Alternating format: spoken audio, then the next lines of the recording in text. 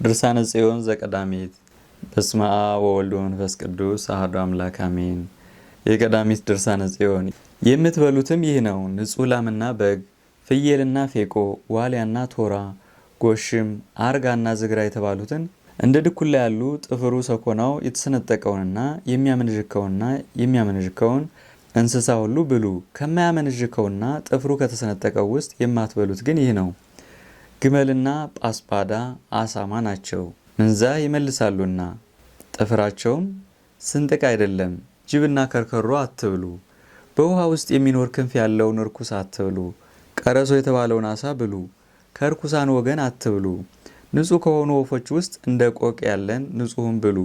የማትበሉትም ይህ ነው፣ አሞራና ጭልፊት፣ ኤልያጣንና ግሪጳ የተባሉትን ዝንጀሮና እርሱን የሚመስለውን ቁራና ሰገኖን፣ አባ ጉንባህና ከራዲዮንን፣ ገለውታና ኖሮን፣ አርዳዮና፣ ጰራፍሬዮንን፣ እርኩምን፣ ጭሊልንም ይህ የረከሰ ነው። የማትበሉት ተጨማሪም ጸህቢያ የተባለና የሚመስለውን አፌዮማክንንም የሚመስለው አንበጣንና አምሳያውን ከሚበር ወገን የሆነውንም ሁሉ እግሩ 22 44 77 የሆነው እርኩስ ነው። ስጋቸውን አትብሉ፣ ሬሳቸውን አትዳስሱ። በድናቸውን ሬሳቸውን የዳሰሰም እስከ ምሽት ድረስ እርኩስ ነው። እግዚአብሔርን መፍራት ገንዘብ ታደርጉ ዘንድ ትጠበቁ ዘንድም ይህን ነገርኋችሁ። የእግዚአብሔር የሕጉ ታቦት ስለሆነች ስለ ሰማያዊት ጽዮን እግዚአብሔር በሰጣችሁ በዚች ምድራችሁ ተባረኩ ዘንድ ስለ እርሷ ተመርጣችኋልና እስከ ዘላለም ድረስ ዘራችሁንና ሁላችሁን ተጠብቃችሁ ዘንድ የእግዚአብሔር የሕጉን ታቦት ጽዮንን እግዚአብሔር ስለወሰደባቸው አባቶቻችን ግን ተናቁ። በምትማጸኑት ሁሉ ልጆቻችሁን ይጠብቃል፣ እንስሳችሁን ያበዛል፣ የምድራችሁንም ፍሬ ይባርካል። አንቺም እመቤቴ ጥበብሽ ያማረ ከሰዎች ጥበብም የበለጠ እንዳንቺም ያለ የለም። ልቦናሽን አሳብሽንም የሚመስለው የለም። እስከ ዛሬ የተፈጠረው ክብር ግን እንደ ሴቶች ክብር አይደለም። ከወንዶች ክብርም የልብሽ እውቀት በለጠ በዛ እንጂ። ያለ ጌታችን ያለ ሰሎሞን በእውቀትሽ የሚመስልሽ የለም። የእግዚአብሔርን የሕግ ታቦትና የኃይል ልጆች እስራኤልን እስክትስቢ ድረስ ጥበብሽም ከሰሎሞን በለጠ። የእውቀትሽ ነበልባልም ገባ። የጣዖታቸውን ቤት አፈረሽ፣ ምስላቸውንም አጠፋሽ። ከላያቸው እግዚአብሔር የሚጠላውን ርኩሰትን ከሕዝብሽ አነጻሽ። ስምሽንም እግዚአብሔር የሚጠላውን ርኩሱን ከሕዝብሽ አነጻሽ። ስምሽንም እግዚአብሔር አዘጋጅቶ ማከዳ አለሽ። ትርጓሜውም እንደዚህ አይደለም ማለት ነው። እግዚአብሔር የማይወደውን ነገር ከሕዝብሽ ውስጥ አይተሽ እንደዚህ መልካም አይደለም፣ ለእግዚአብሔር እንሰግድ ዘንድ ይገባል አለሽ። ስግደትም እንደዚህ አይደለም፣ ስግደት ግን ለእግዚአብሔር ይገባል ትያለሽ። ባለዛርን መጠየቅ እንደዚህ መልካም አይደለም፣ በእግዚአብሔር መታመን ይሻላል ትያለሽ እንጂ። ለዛፍና ለድንጋይ መሰዋት እንደዚህ መልካም አይደለም፣ ለእግዚአብሔር መሰዋት ነው እንጂ ትያለሽ። በእግዚአብሔር መታመን ነው እንጂ በኦፍ ማሟረት መልካም አይደለም ትያለሽ። ከዚህ በኋላም ጥበብን መረጥሻት፣ መዝገብም ሆነችሽ። ተጠጋሻት፣ ግንብም ሆነችሽ። ጠረግሻት፣ ከሁሉም ይልቅ አሳደገችሽ። ታመንሽባት፣ እንደ ሕፃኗ ልጅ አቀፈችሽ። ወደድሻት፣ እንደ ወደድሽም ሆነችሽ።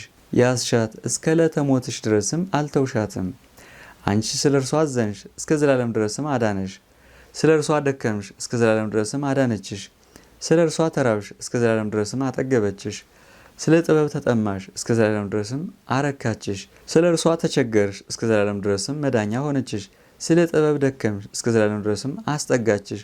ስለ ጥበብ ታውር፣ እስከ ዘላለም ድረስም እጅግ አበራችሽ። ይህ ሁሉ የሆነ ጥበብና እውቀትን ልበኝነትንም ስለወደድሽ ከእግዚአብሔር ዘንድ ነው። አእምሮና ልቦናም እግዚአብሔር ነው። የጥበብ መጀመሪያ ግን እግዚአብሔርን መፍራት ነው፣ እውቀትም ነው። መልካም ነገርን መሞከርም ምጽዋትና ቸርነት እስከ ዘላለም ድረስ የምትኖር ናት። እመቤቴ ሆይ ይህን ሁሉ የምስጉኖች ምስጉን ከሆነው ከእስራኤል አምላክ የሰውን ልብ የሚያበራና ልቦናችን የሚመረምር ሁሉ ከወደ እሱ ከሆነው አገኘሽ።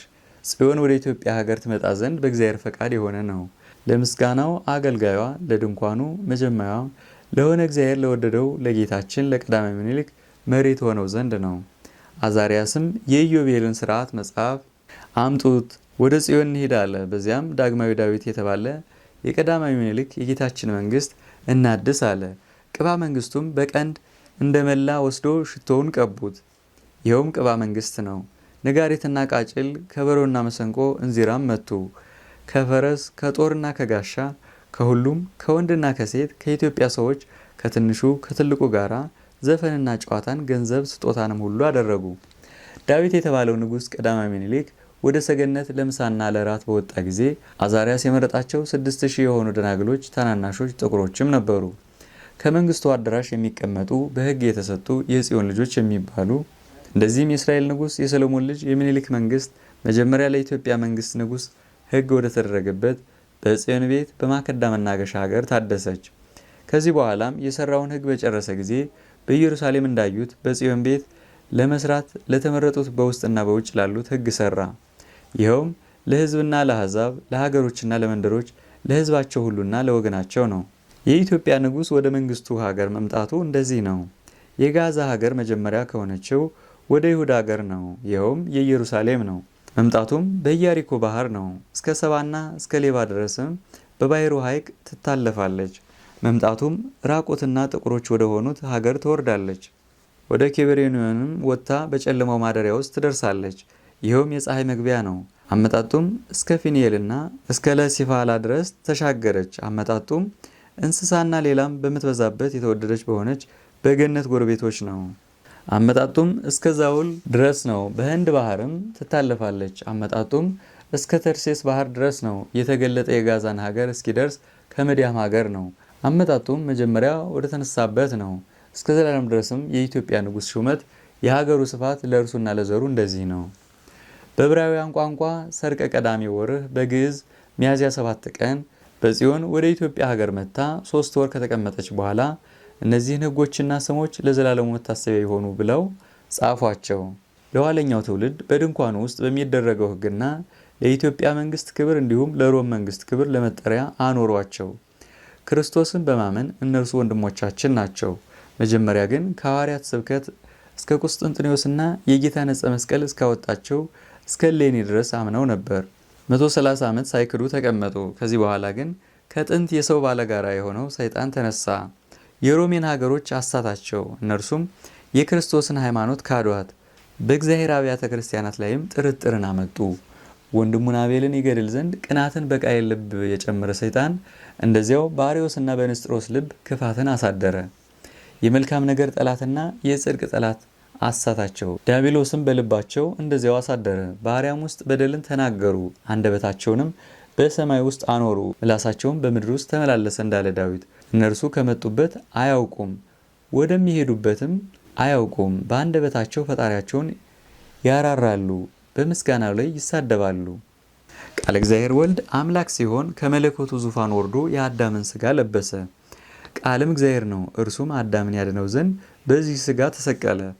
እርሱም ወደ ሰማይ አረገ። በነሳት በዚህ ስጋም በመለኮቱ ዙፋን ላይ ተቀመጠ። በሕያዋንና በሙታን ይፈርድ ዘንድም ዳግመኛ ይመጣል። በእውነት ለዘላለም ለሁሉ እንደ ግብሩ ይከፍለዋል።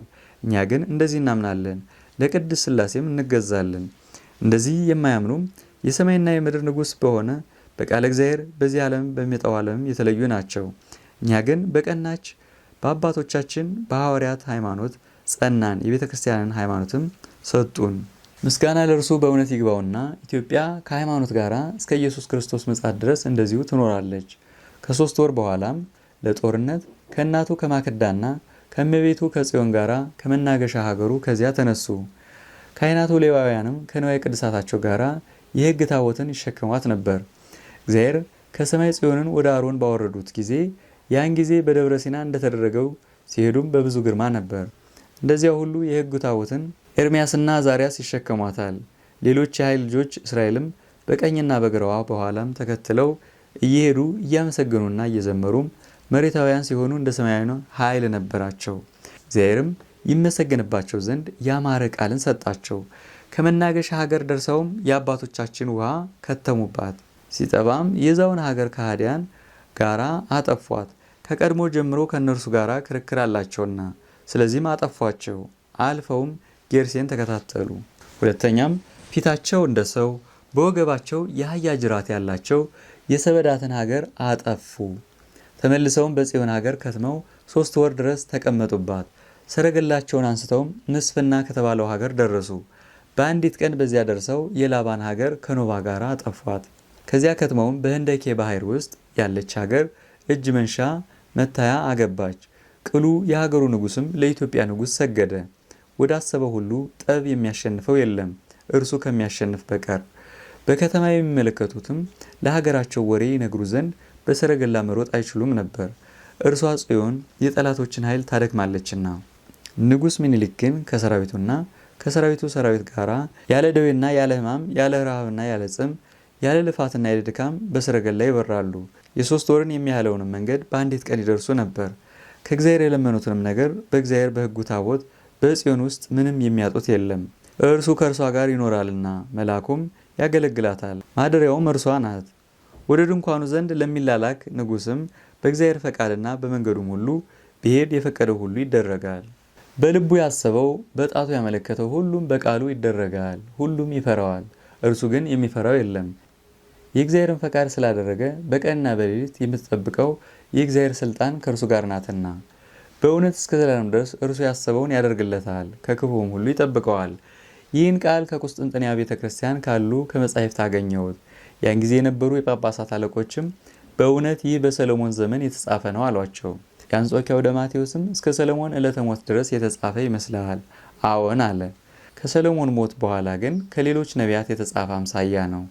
የእናታችን የሰማያዊት ጽዮን ልመናዋ ክብሯ ከወዳጇ ጋር ለዘላለሙ ይኑር። ስለ ነገስታት ክብርም የጽዮን ንጉሥ የተባለ የኢትዮጵያ ንጉሥ እንዲከብር አወቀን ተረዳንም። ከሴም ዘርም በኩር እርሱ ነው። እግዚአብሔር በጽዮን ውስጥ ማደሪያው እርሱ ነው። በዚያም የሁሉን የጠላቶቹንና የባላገሮቹን ኃይል ይሰብራል። በኋለኛውም ስለ ዕፀ መስቀል የእግዚአብሔር ሹም የሮም ንጉሥ ነገሰ። የእስራኤል መንግስት ግን ባሕሪ እመቤታችን ከእነርሱ ከተወለደችበት ዘመን ጀምሮ ነው። ከባሕሪ እመቤታችንም ፀሐየ ጽድቅ ጌታችን በእርሷ ሥጋ ተሰውሮ ተወለደ። የሰውን ሥጋ ባይዋሃድ ግን ለመዋቲው ሰው ዓይን ባልታየ ነበር። የእኛን ሥጋ ለብሶም እኛን መሰለ፣ ከእነርሱም ጋር ተመላለሰ። በመካከላቸውም የተደነቀ ታምርን አደረገ። ሙታኖቻቸውን አነሳ፣ ድውያኖቻቸውን ፈወሰ፣ የዕውሮቻቸውን ዓይንም አበራ፣ የደንቆሮቻቸውንም ጆሮ ገለጠ። ለምጻሞቻቸውን አነጻ፣ ረሃብተኞችንም አጠገበ። የተጻፈና ያልተጻፈ ብዙ ድንቅ ተአምር አደረገ። ጌታችን ኢየሱስ ያደረገው ሁሉ በተጻፈ ጊዜ ግን የተጻፈ መጽሐፉን ዓለም ፈጽሞ ባልቻለውም ነበር እንዳለ ወንጌላዊ ዮሐንስ የዘብዴዎስ ልጅ ከሃዲዎች የእስራኤል ልጆችም ይህን ሁሉ ባዩ ጊዜም እንደ ሰው አስመሰሉት። ባዩትና በሰሙትም ነገር በላዩ ቀኑ፣ በዕፀ መስቀል ሰቅለውም ገደሉት። በሦስተኛው ቀንም ከሙታን ተለይቶ ተነሳ፣ በምስጋና ወደ ሰማይ አረገ፣ በምስጋና በዙፋኑ ላይ ተቀመጠ። በመሬታውያኑ በደቂቀ አዳምና በመንፈሳውያኑ በመላእክት በፍጥረቱም ሁሉ ላይ ለዘላለም የማያልቅ መንግስት አለው። አንደበትም ሁሉ ለስሙ እንዲገዛ፣ ጉልበትም ሁሉ ለስሙ እንዲሰግድ ይገባል። ሕያዋንና ሙታንንም ይገዛል፣ ለሁሉም እንደ ስራው ይከፍለዋል። ያን ጊዜም አይሁድ አይተውት ያፍሩና በእሳት ለዘላለም ይኮነኑ ዘንድ አላቸው። እኛ ግን በክርስቶስ መንገድና በትእዛዞቹ ብንሄድ በቀናች ሃይማኖቱ ያመን እኛ በወንበሮቹ ላይ ተቀምጠን ከመምህራኑ ከሐዋርያት ጋር ደስ እንሰኛለን። የዓለም መድኃኒትን በሰቀሉ ጊዜም የተበታተኑ ሆኑ፣ መንግስታቸውም ምድረ በዳ ሆነች፣ አለቁ፣ እስከ ዘላለም ድረስም ተነቀሉ። የቅዱሳን ማህበር ሁሉም በእውነት የተረዳ ታላቅ ነው።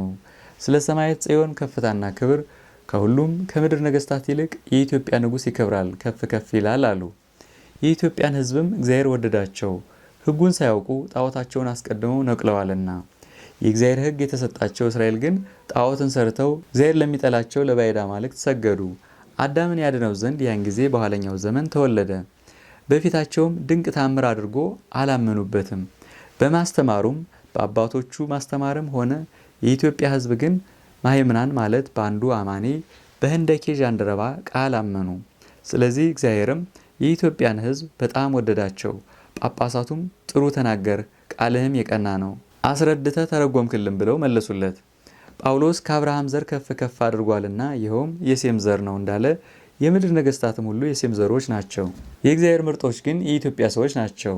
የእግዚአብሔር ማደሪያው ያን ጊዜ የኪዳኑና የሕጉ ታቦት ሰማያዊት ጽዮን ሆናለችና ስለ ሰው ልጅ ምሕረት ለክረምቶችና ለዝናሞች፣ ለተክሎችና ለፍሬዎች፣ ለአሕዛብና ለሀገሮች፣ ለነገስታትና ለመኳንንት፣ ለሰውና ለእንስሳ፣ ለአዕዋፍና ለአራዊት መማፀኛ ያደረጋት ድንቅ ታምራት የሚያደርግ ጎርጎርዮስም የጽዮን አምሳያዋ ያመነባት የሕዝበ ክርስቲያን የሁላችን መድኃኒት በእውነት ተሰጠችልን ብሎ መለሰ። እግዚአብሔር ከድንግል ማኅፀን አድሮ ከእርሷ ያለ ሩካቤ ተወልዷልና። በእግዚአብሔር በሕጉ ታቦት በጽዮን ውስጥ የተደረገው የሕግ ሥራ 10ቱ ቃላት በእግዚአብሔር ጣቶች ተጻፉ። ስለ መጻሕፍት ትርጉምም የምንነግራቸውን የነገር ትርጓሜ የኋለኛው ትውልድ ይሰሙት ዘንድ ስለ መድኃኒታችን ክርስቶስ ከነቢያትና ከሙሴ ኦሪት የቀደሙ የቅዱሳን አባቶች ነቢያትን ትንቢት ዛሬ እንንገራችሁ። ዳዊት ስለ እኔ በመጽሐፍ አርዕስት ውስጥ ተጻፈ ብሎ በመንፈስ ቅዱስ እንደተናገረ ከመጽሐፍ አርዕስት እንደጻፈ በመንፈስም ልብ እንበል። ርዕሰ መጽሐፍ ምንድን ነው ብሎ መለሰ። የእግዚአብሔር የባሕሪ ልጅ ስለሆነ ስለ ክርስቶስ የተጻፈ ኦሪት ነው ብለው መለሱ። ይኸውም እግዚአብሔር መጀመሪያ ሰማይና ምድር ፈጠረ ይላል። ምድር ግን ከጥንትም አለች፣ ዝግጁ ግን አልሆነችም። ነፋስና ጨለማ፣ ውሃና ጭጋግ መሬቷ የተቀላቀሉ ናቸው እንጂ። የእግዚአብሔር መንፈስም በውሃው ላይ ይጋረድ ይንሳፈፍ ነበር። ይህን ያለ ግን ሰማይና ምድር በእግዚአብሔር ቃል ተፈጠሩ ሲል ነው። የእግዚአብሔር ቃልም በፍጥረቱ ሁሉ አደረ ማለት ነው። ዳግመኛም ሙሴ እንደኔ ነቢይን ከወንድሞቻችሁ ያስነሳላችኋል ብሎ በኦሪት አስተማረ። ይህንንም ነቢይ ስሙት፣ ይህን ነቢይ የማትሰማው ነፍስ ሁሉ ከወገኗ ትነቀል። ይህንም ስለ እግዚአብሔር ልጅ ስለ ክርስቶስ ተናገረ አለ። ሁለተኛውም ስለ ስቅለቱ እባቦች የእስራኤል ልጆች ባስቸግሯቸው ጊዜ ወደ ሙሴ ተፍጃጁ፣ ጮኹ አለ። ከአርዌ ምድር ያድናቸው ዘንድም ሙሴ ወደ እግዚአብሔር አለቀሰ። የብረት እባብ ሰርተ ወደሚመለከቱበት ቦታ ስቀለው አለው። እባብ የነከሰው ሁሉ ይህን የብረት እባብ አይቶ ይዳን። ማየቱን ቸል ባሉ ጊዜ ይሞታሉ። ያመኑትና ያዩትም ይድናሉ። እንደዚያውም በክርስቶስ ያላመኑና የሰነፉ በሲኦል ያልቃሉ። ሰምተው ያመኑ ግን ሕማምና ደዌ ወደሌለበት ለዘላለም የሕይወት ምድርን ይወርሳሉ። የእግዚአብሔር ቃል ክርስቶስን እስራኤል ቸል እንዳሉትም እኛ እንነግራችኋለን። እግዚአብሔር ሙሴን ለብቻ ይናገረዋልን ብለው የእስራኤል ልጆች ሙሴን ባሙት ጊዜም እናምንበት ዘንድ እኛ እንዴት ቃለ እግዚአብሔር አንሰማም ባሉም ጊዜ ልብን የሚያውቅ እግዚአብሔር የእስራኤል ልጆችን ሐሜት ሰምቶ ሙሴን አንተ ግን ለሕዝብ በዚህ ስርየት ትለምናለህ፣ እነርሱ ግን እግዚአብሔር እኛን እንዴት ነው የማያነጋግርን ብለው አሞህ አለው። ዛሬም ምናልባት በእኔ ካመኑ ከአንተ ጋር ወደ እኔ ከዚያ ይምጡ፣ ራሳቸውን እንዲያነጹና ልብሳቸውን እንዲያጥቡም ንገራቸው። እኔ የማዛቸውን ያደርጉ ዘንድም የእስራኤል ከፍተኞች ይውጡ፣ እኔ ያዘዝኩትን ትእዛዜንም ይስሩ፣ ቃሌንም ይስሙ አለው። ሙሴም ታዞ ለእስራኤል ልጆች ነገራቸው። የእግዚአብሔር ሕዝቦችም ሰገዱ። እስከ 3 ቀን ድረስም ራሳቸውን አነጹ። ከከተማ ወጥተው 70 የሚሆኑ የእስራኤል ሽማግሎችም ወደ ደብረ ሲና ወጡ። የጦር ውርዋሮ ያህል ርቀው ከደብረ ሲና ውስጥ ወጥተው እያንዳንዱ በባልንጀራው ፊት ቆሙ። እነርሱ ግን ስራቸውን ባወቁት ልክ ከሙሴ ጋር ከጭጋግ ውስጥ መውጣት አልቻሉም። እንቅጥቅጥና ድንጋጤ ያዛቸው፣ ጨለማም ደፈናቸው። የከበሮና የእንዚራ የጨለማና የነፋስም ቃል ሰሙ። ሙሴም ከእግዚአብሔር ጋር ከደመና ውስጥ ገባ። የእግዚአብሔር ቃል ሰምተው ፈሩ፣ ተንቀጠቀጡ። ከልባቸው ፍርሃት የተነሳ መቆም አልቻሉም። ሙሴ በወጣ ጊዜም በድንጋጼ እንዳንሞት ይህችን የእግዚአብሔርን ቃል አንሰማትም አሉት።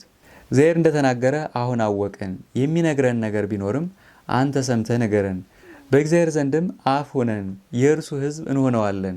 ክርስቶስን እንደካዱት ታያለህን? በድንጋጼ እንዳንሞት ይህን ቃል አንሰማውም እንዳሉ የእግዚአብሔር ቃል የተባለ ግን ክርስቶስ ነው።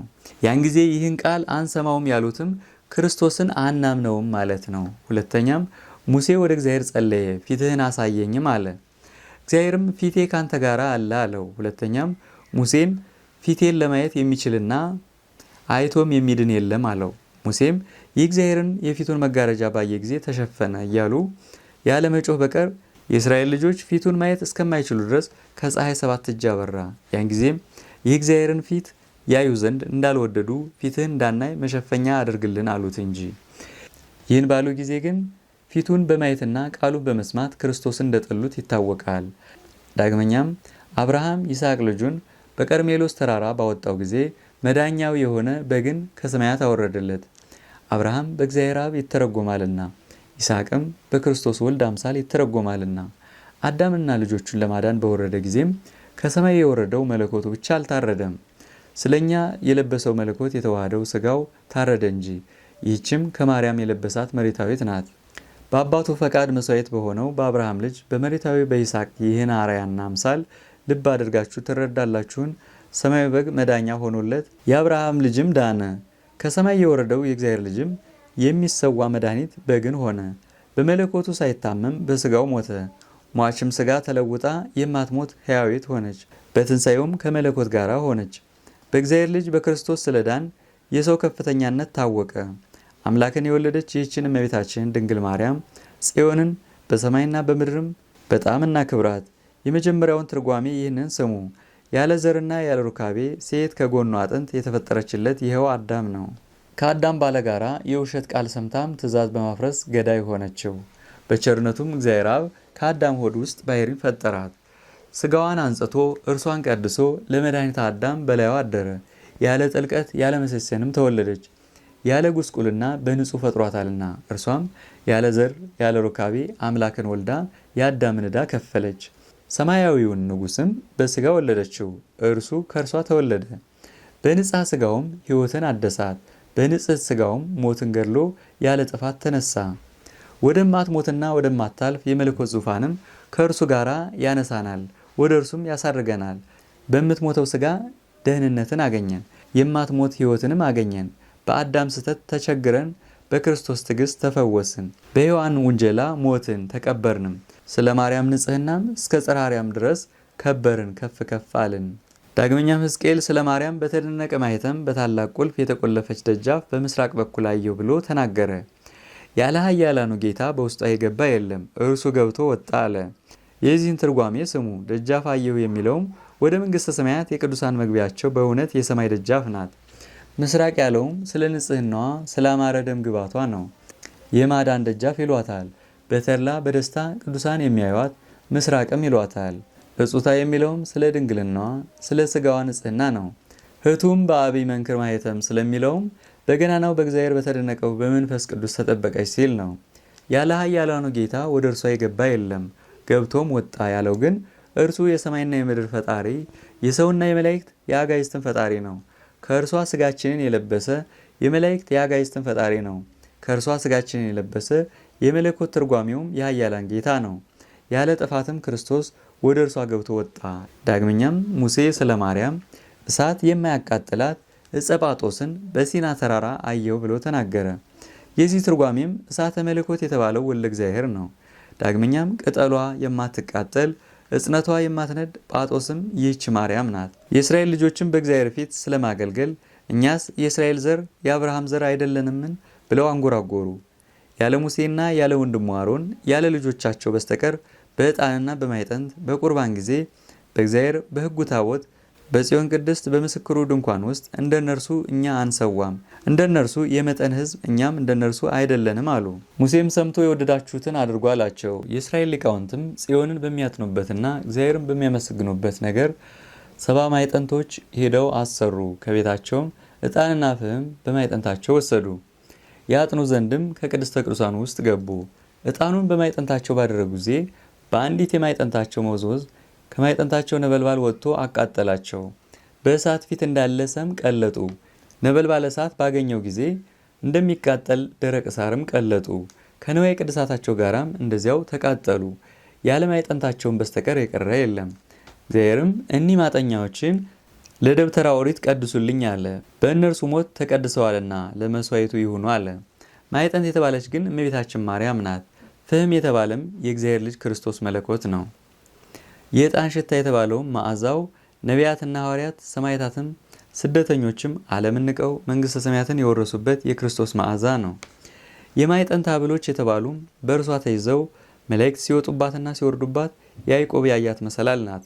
ከዕጣኑ ጢስ ጋራም የንጹሐኑ ጸሎት በመለኮት መንበር ላይ ያርጋል። ኃጣንን ነበልባሉ ባቃጠላቸው ጊዜም ያለቁት የሕዝብ ዘመዶች አሟቸው። ሙሴና አሮንንም የእኛን ሊቃውንት አሳለቃችኋቸው አሏቸው። ሙሴና አሮንን ይመቷቸው ዘንድም ድንጋይ ያዙ። እግዚአብሔርም በእስራኤል ላይ ተቆጣ። የዳታንና የአቤሮን የቆሬን ልጆች ምክርም እንደ መርገም ጨርቅ ተጸየፋት። ቃለ እግዚአብሔርም ምድርን ጠቀሳት።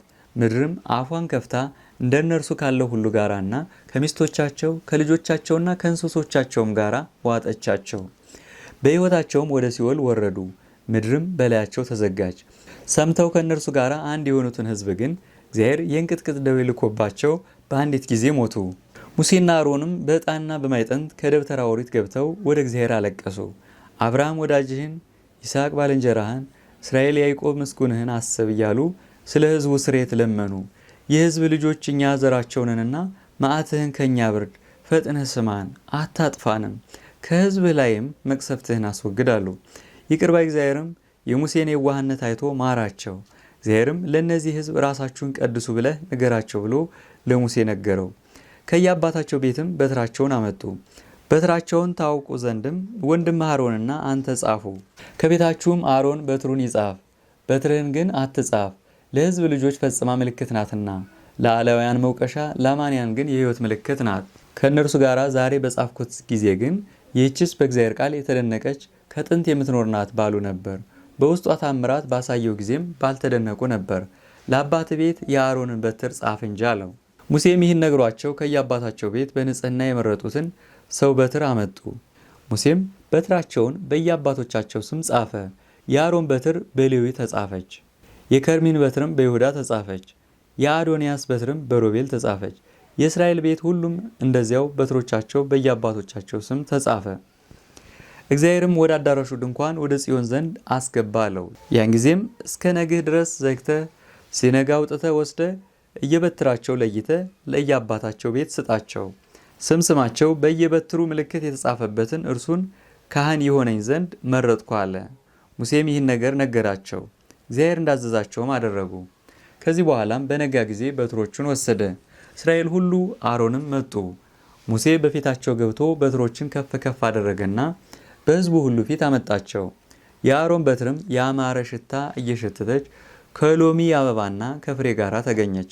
ሙሴም አምላካችሁ እግዚአብሔር የመረጣትን ይህችን በትር እዩ፣ አስተውሉ አላቸው። እርሱም ፈርታችሁ ተገዙለት። ሁሉም ሕዝቡ ለእግዚአብሔር ሰገዱ። በትር የተባለችም ውሃ ሳትጠጣ አበባ እንዳስገኘች የአሮን በትር ምሳሌ የሆነች እግዚአብሔር ወልድ ከእርሷ ያለ ወንድ ዘር የተወለደ ማርያም ናት። ጌታ አገልጋይ የሆነኝ ዘንድ የመረጥሁትን ምልክቱን አሳያለሁ እንዳለ ዳዊት አባቱም እንደተናገረ ከእስራኤል ከተማ ሁሉ እርሱ እግዚአብሔር ማርያምን መረጣት። ከያዕቆብ ከተማም ሁሉ የጽዮንን በሮች ደጃፎች እግዚአብሔር መረጣቸው አለ። ከእስራኤል ከተማ ሁሉ የእግዚአብሔር ሀገር ጽዮን ሆይ ስለ አንቺ ነገሩ ልዩ ነው አለ። አናቅጽያ ማለትም ያለ ርኩሰትና ያለ ጥፋት ያለ ጥልቀት ከንጹሕ ድንግልናዋና ከከንፈሮቿ እንደሚፈስ ወለላ ማር ከአፏ የሚወጣ ምስጋናና የከንፈሮቿ ንጽሕና የአፏ ዝምታ ነው። ሳትወልድ አስቀድሞ ከወለደች በኋላም ቅድስት ንጽሕት ናት።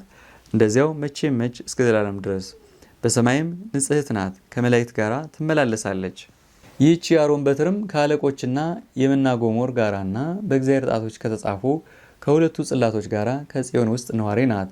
ለምስጋናው ማደሪያ ትሆን ዘንድ ጥበበኛዋና ሰሪዋ እርሱ እግዚአብሔር የሆነ ህብሯና ስራዋም እጹብ የሆነች ጽዮን በላያቸው ናትና። ሙሴንም ከማይነቅጽ እንጨት ታቦት አድርግ፣ ሁለንተናውንም በጥሩ ወርቅ ትለብጠዋለህ አለው።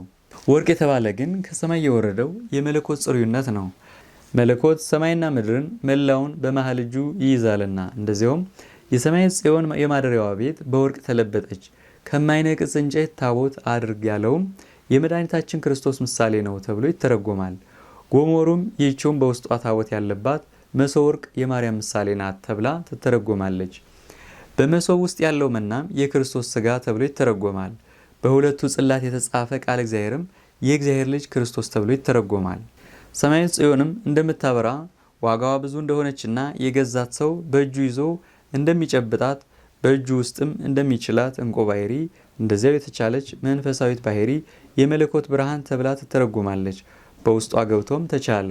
የገዛት የተባለውም የእግዚአብሔር ቃል ክርስቶስ ነው ተብሎ ይተረጎማል። ተያዘች ያለው መንፈሳዊት ባሕሪም ከብርሃን የተገኘ ብርሃን አምላክን የወለደች ማርያም ተብላ ትተረጎማለች። ጭማሪ የሌለው ከእርሷ ሰው የሆነ አክራጦስ የተባለ አምላክ ንጹሕ ሥጋዋን ለራሱ ማደሪያ አደረገ። ያልተፈጠረ በፈቃዱ የተወለደ ከእውነተኛ አምላክ የተገኘ አምላክ ከብርሃን የተገኘ ብርሃን ከእርሷ ተወለደ። ከሰው ሕሊና የራቀች ስለምትሆን ጥበቡ በፈቃዱ ለራሱ ማደሪያ ያደረጋት እንጂ። ዳግመኛም እግዚአብሔር እስራኤልን ከግብፅ ባወጣቸው ጊዜ በበረሃ ውሃ ተጠሙ። ወደ ሙሴም አንጎራጎሩ፣ አለቀሱ። ሙሴም ወደ እግዚአብሔር ሄዶ ይህን ነገረው። እግዚአብሔርም በትር ወስደህ ይችን ባልጭት ድንጋይ መታት አለው። ሙሴም በትምህርተ መስቀል አምሳል እርዝመቷና ግርሟን መታት። 12 የውሃ ምንጮች መነጩና ከእነርሱ ሰዎቻቸው እንስሶቻቸውም ጠጥተው ረኩ። ጠጥተውም ሲሄዱ ይህች ባልጭት ትከተላቸዋለች። ድንጋይ በክርስቶስ ይተረጎማል፣ ምንጮችም በሐዋርያት ይተረጎማሉ። የጠጡትም የሐዋርያትን ትምህርት የተማሩ ሕዝብ ናቸው። በትርም የዕፀ መስቀል ምሳሌ ነው።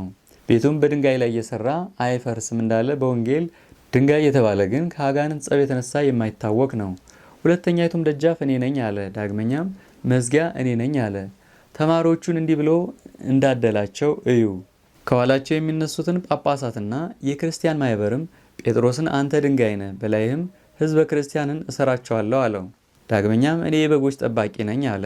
እርሱንም 3 ጊዜ መላልሶ በጎቼን ጠብቅ አለው። ሁለተኛም እኔ የወይን ሐረግ ግንድ ነኝ አለ። እነርሱም ምዕመናን በጎችና እናንተም ጫፎችና ሐረጎቹ ናችሁ አላቸው። ታምር ያደረገባት የሙሴ በትርም ከአጋንንት ስቃይ ልጆቹንና አዳምን ያዳነባት የጌታችን ዕፀ መስቀል ተብላ ትተረጎማለች። ሙሴ የኤርትራን ባህር መጥቶ ደም እንዳደረጋትና አሳቸውን እንደገደለም እንደዚያው ክርስቶስ በመስቀሉ ሞትን ገድሎ ነፍሳትን ከሲኦል አወጣ። ሙሴ በትሩን በነፋስ ውስጥ ጥሎ ከመኝታቸው እስከሚነሱ ድረስ እስከ 3 ሌሊትና እስከ 3 መዓልት ድረስ ጨለማ እንዳደረገ፣ ዳግመኛ ክርስቶስም በእንጨት ላይ ተሰቅሎ የሰዎቹን የልብ ጨለማ አበራ። በ3ኛው ሌሊትና በ3ኛው መዓልትም ከሙታን ተለይቶ ተነሳ። የሙሴ በትርም በእግዚአብሔር ቃል መለወጥም መመለስም ጀመረች። ደረቅ ስትሆንም ነፍስ እንዳላት ተንቀሳቃሽ ሆነች። ዳግመኛም ተንቀሳቃሽ ስትሆን ደረቅ እንጨት ሆነች። ክርስቶስም በዕፀ መስቀሉ ላመኑበት ሕዝበ ክርስቲያን ሕይወት ሲሆን በትምህርተ መስቀልም መናፍስት አጋንንት እንዲሰደዱ አደረገ። አጋንንትና ክርስቲያን በኑሮ ለውጥን ሁነናልና እነርሱ መንፈሳውያን ሲሆኑ የጌታቸውን ትእዛዝ በመደፋፈር ወስቋሎችን ሆኑ። በመስቀሉ ኃይልም የተሰደዱ ሆነዋል። እኛም ስጋውንና ደሙን በመቀበል ስለተሰደዱትና ሕጉን ስለተደፋፈሩት መንፈሳውያን ፋንታ መንፈሳውያን ሆን። በቅድስት ትንሣኤውና በመስቀሉ ኃይል ያመን እኛ አመስጋኝ ሆን። ሙሴ ተራሮችን መጥቶ እጁን ዘርግቶ በእግዚአብሔር ትእዛዝ ከበትሩ ጋር መቅሰፍት እንዳመጣም ክርስቶስም እጁን በመስቀል ላይ ዘርግቶ አጋንንትን ከሰው ላይ በመስቀሉ ኃይል አወጣቸው። እግዚአብሔር ሙሴን በበትርህ ምታ ባለው ጊዜ ሙሴም እንደመታ፣ ይህን ማለት በክርስቶስ በመስቀሉ ማማተብ አማትብ ማለት ነው። እግዚአብሔር ሙሴን እጅህን ዘርጋ ባለው ጊዜም ይህን ማለትም ክርስቶስ እጁን በመዘርጋቱ ከጠላት ከዲያብሎስ አዳነን ማለትም በዕለተ ዓርብ አይሁድ ሲሰቅሉት እጁን በመስቀል ላይ በመዘርጋቱም የእርሱን ሕይወት ሰጠን ማለት ነው አለ። ከእስራኤል ጋር አሕዛብ በተጣሉ ጊዜ ሙሴ ወደ ተራራ ወጣ፣ ይጸልዩ ዘንድም አሮን ከእርሱ ጋር ወጣ። አሕዛብ በርትተዋልና እግዚአብሔርም ሙሴን እስራኤል ኃይል እስኪያገኙ ድረስ እጅህን ዘርጋ ብሎ አዘዘው። በወርት ውስጥም የሙሴ እጆች የተዘረጉ ሆኑ እንዳለ በተቸገረ ጊዜ የዘረጋው እጁን ቢያወርድ እስራኤልም ይወጡ ጠላቶቻቸውንም ያሸንፏቸው ነበር። እጁን ከፍ ከፍ ባደረገ ጊዜና በቀጥታ በዘረጋ ጊዜ አሕዛብ ይሸነፉ ነበር። እስራኤል አሳደው አሕዛብ ጠላቶቻቸውን ያሸንፏቸው ነበር። አሮንና ሆር ይህን ባዩ ጊዜም በሙሴ በቀኝ እጁና በግራ እጁ ድንጋይ ይክቡ ነበር። ከወደ ቀኝ አሮን ከወደ ግራው ሆር በሰሩት ድንጋይ ላይም የሙሴን እጆች ያስጠጉ ነበር። ከዘረጋው ቦታ እጁን እንዳይመለስ በጫንቃቸው ላይ ይይዙት ነበር። ይህንም እተረጉምላችኋለሁ። የአሕዛብ ከእስራኤል ጋር መጣላትም ከአጋንንት ጋር የማይምናን ጠብ ነው። ክርስቶስ ሳይሰቀል አስቀድመው የነበሩትን አሸንፈዋቸው ነበር። ስለ አዳምና ስለ ልጆቹ ኃጢአት እጁን በመስቀል ላይ በዘረጋ ጊዜ ግን እጁን በተቸነከረ ጊዜም በክርስቶስ መስቀል የተባረኩት አማኑኤል አጋንንትን አሸነፏቸው። የሙሴ እጅ መዘርጋትም የክርስቶስ መስቀል ምሳሌ ተብሎ ይተረጎማል። ድንጋይን የሰሩ አሮንና ሆርም አሮን በፋይታዊ ዘይማን ሆር በፋታዊ ዘጸጋ ይተረጎማል። አሕዛብ በአጋንንት ይተረጎማል። የአሕዛብ ንጉስም በሰይጣን ይተረጎማል። ያን ጊዜ የተሸነፉትም በክርስቶስ ትንሣኤ መሸነፋቸው ነው። በስቅለቱም አጋንንትና ሰይጣናትን አሸነፍናቸው። ሁለተኛም እስራኤል ከግብፅ በወጡ ጊዜ ወደ መራራው ውሃ ወጥተው ከውሃው መራራነት የተነሳ የሚጠጡት አጡ። ስለ ውሃው ምረትም የቀድሞው እንጉርጉሯቸውን አንጎራጎሩ። እግዚአብሔርም ሙሴን በትርህን ወስደ በውስጡ ጨምረው አለው። ግራ ቀኙንም ባርከው አለው። እግዚአብሔር ይህን ባለው ጊዜም ጣፋጭ ይሁን እንዳለው በዚህ ያሳያል። ነገር ግን በትምህርተ መስቀል ነገሩ ሁሉም ያማረ እንደሆነ ያሳያል። መራራው ውሃም ጣፋጭ ይሆናል፣ በመስቀሉ ኃይል ፈጽሞ ያማረ ይሆናል። ስለ ስቅለቱም ከሌሎች ነቢያት ይልቅ የምነግራችሁ ልዩ ነገር አለ።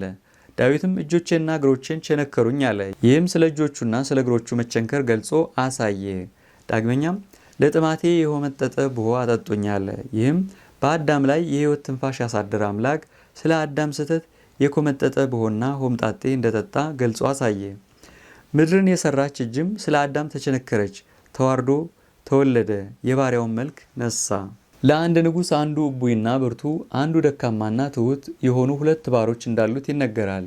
የአቡይም ያን ትሑት በረታበት፣ መታው፣ ሰለበውም። ንጉሱም ከከፍተኛ ዙፋኑ ሆኖ አየው። ዳግመኛም ያ ንጉሥ ያን እቡይ ይዞ መታው፣ ቀጠቀጠው፣ ሰበረውና ወደ ጨለማ ቤት አጋዘው። ያን ትሑት ባሪያውንም አንስቶ አቀፈው፣ ትቢያውን አራግፎ አጥቦ ቅባትና ወይን ለቁስሉ ጨመረለት። በአህያው አስቀምጦ ወደ ሀገሩ አደረሰውና በዙፋኑ ላይ አውጥቶ በቀኙ አስቀመጠው። ንጉሥ የተባለም በእውነት ክርስቶስ ነው። ባሮችም የተባሉት እቡይ ሰይጣን ነው። ትሑቱ ግን አዳም ነው። እንደ በረታበትና እንደ ጣለውም አይቶ ከከፍተኛ ዙፋኑ ወርዶ ባሪያው አዳምን አነሳው። ሰይጣንን ግን ከሲኦል እንቅጥቅጥ ውስጥ አሰረው። ሥጋንም በመለኮት ዙፋን ላይ ከፍ ከፍ አደረገው፣ አከበረውም። ከፈጠራቸው ከመላእክትና ከሊቃነ መላእክት ከእልፍ ከአእላፋት ከብዙ ብዙ መንፈሳውያን ከተባሉት ሁሉ ይልቅ በአዳም ተመሰገነ። ኩሩ ዲያብሎስን ጥሎ ትሑት አዳምን አንስቶታልና ኩሩን አጎሰቆለው፣ ትሑቱን አከበረው። ኩሩን ተጸየፈው፣ ትሑቱን ወደደው። ፈጽሞ ኩሩን ቸል አለው፣ ችግረኛውን ይቅር አለው። ኩሩን ከከፍታው ጣለው፣ ምስኪኑን ከመሬት አነሳው።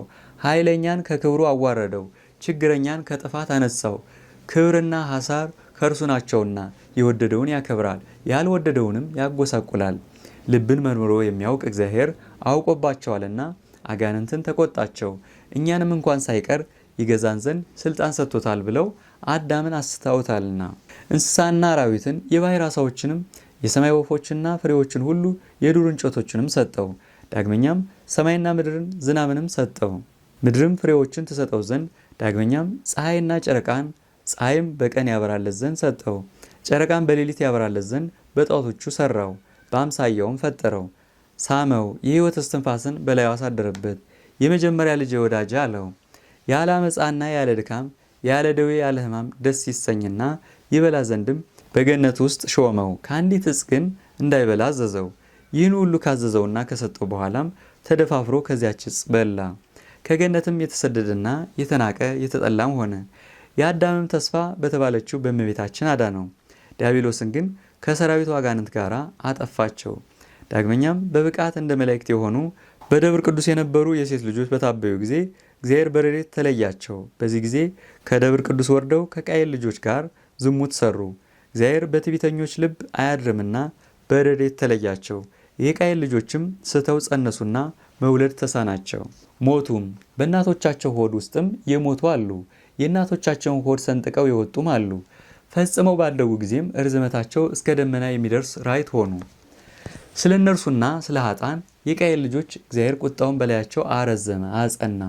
ያለ 120 ዓመትም መንፈሴ በላያቸው አይኖርም አለ። በቃለ እግዚአብሔር እምነት የሌላቸው ኃጥአን እነርሱንም በ20 ዓመት በጥፋት ውሃ አሳለቃቸው። ፈቃዱን ያደረጉትና በአባቶቻቸው በነቢያት ቃል ያመኑትን ግን ከዚህ ጥፋት ያገኛቸው በደልና ክፉ ነገር የለም። ቃሌን ብትጠብቅ ከዚህ ጥፋት መዳን ትችላለህ ብሎ በገባው ቃል ኪዳን አዳናቸው እንጂ። ኖህም አቤቱ ጌታዬ ቃልህን አመንሁ፣ የምድንበት ገንዘብ ንገረኝ አለው። ከጥፋት ውሃ በዕፅ ትድናለህም አለው። መርከብ ሥራ 3 ክፍልም አድርግላት አለው። ከሁሉም ከቤተሰብህ ጋር በውስጧ ግባ አለው። የእግዚአብሔርን ቃል አምኖ የሚድንበትን መርከብ ሠራ። ስለዚህ ተረጉምላችኋለሁ ስሙ። እግዚአብሔር የጥፋትን ውሃ ባዘዘ ጊዜ የአበውን የአባቶቻቸውን ቃልና የእግዚአብሔርን ቃል ካላመኑት በኃጥአን ላይ መዓቱን እስኪያበርድ ድረስ ከቤተሰቡ ሁሉ ጋር ወደ ብሔረ ሕያዋን ባሻገረውም እንደ ንስር ክንፍ በሰጠውም ነበር። እስከ አየር ድረስም ባወጣው ወይም ውሃው እንዳይደፍናቸው የመረጣቸውን እንስሳና አራዊትን ኖኅና ልጆቹን ወደሚያኖርበት አንዲት ተራራ ዘንድ እንደ ግድግዳ እንዳይቀርባት የጥፋትን ውሃ ባዘዘውም ነበር።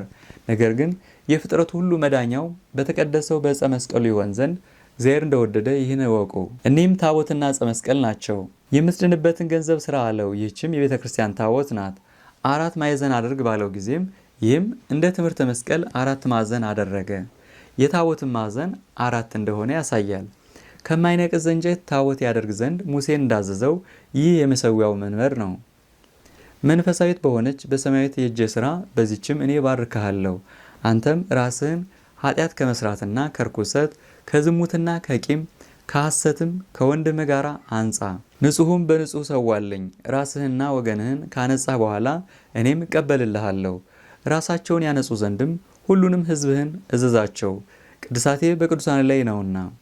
ይህን ትፈልጋለህን? ብትፈልግ ለምስጋና የፈጠርኋት የኪዳኔ ታቦት ናት አለው። ያለመተማማትና ያለመቀጣጠር በሰላምና በፍቅር በንጹሕ ልብን ብትመጡ ለእኔና ለባልንጀራችሁም ልባችሁን ብታቀኑ ጸሎታችሁን እሰማችኋለሁ። ስለ እኔ ፍቅር እጅ በተነሳሳችሁት ነገር ሁሉ ልመናችሁን አደምጣችኋለሁ። መጥቼ ከእናንተ ጋር እኖራለሁ፣ በመካከላችሁም እመላለሳለሁ። በልባችሁ ውስጥም አድራለሁ። ሕዝቦቼም ትሆናላችሁ፣ በእውነትም አምላካችሁም እሆናለሁ። ዳግመኛም ንጹሕ ያልሆነና የረከሰ በኃጢአት የተዳደፈ እንዳይገባ በመጀመሪያው ቦታ ደጃፍ ስራልኝ አለው። ወደ እርሷ ዘንድ እኔ ያለሁና ስሜን በንጹሕ ወደሚጠራኝ ወደ አምሳያዋ ሁሉ ነው እንጂ በዚህ ብቻ አይደለም። ከዳንኤል ጋራም ከጉድጓድ ውስጥ አለው። በአንበሪ ሆድ ውስጥም ከዮናስ ጋር አለው። ከኤርሚያስ ጋራም አዘቅተ ኩስ ውስጥ አለው። ተራሮች እንዳይሰጥሙ በውሃዎች በታች ምሰሶ ሆኜ አለው።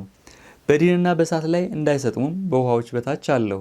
በዝገትና በነፋሳት ላይ እንዳይሰጥሙም በዲንና በእሳት ታች ምሰሶ ሆኜ አለው። በጨለማ በበርባሮስ ላይ እንዳይሰጥሙ በዝገትና በነፋሳት ላይ አለው።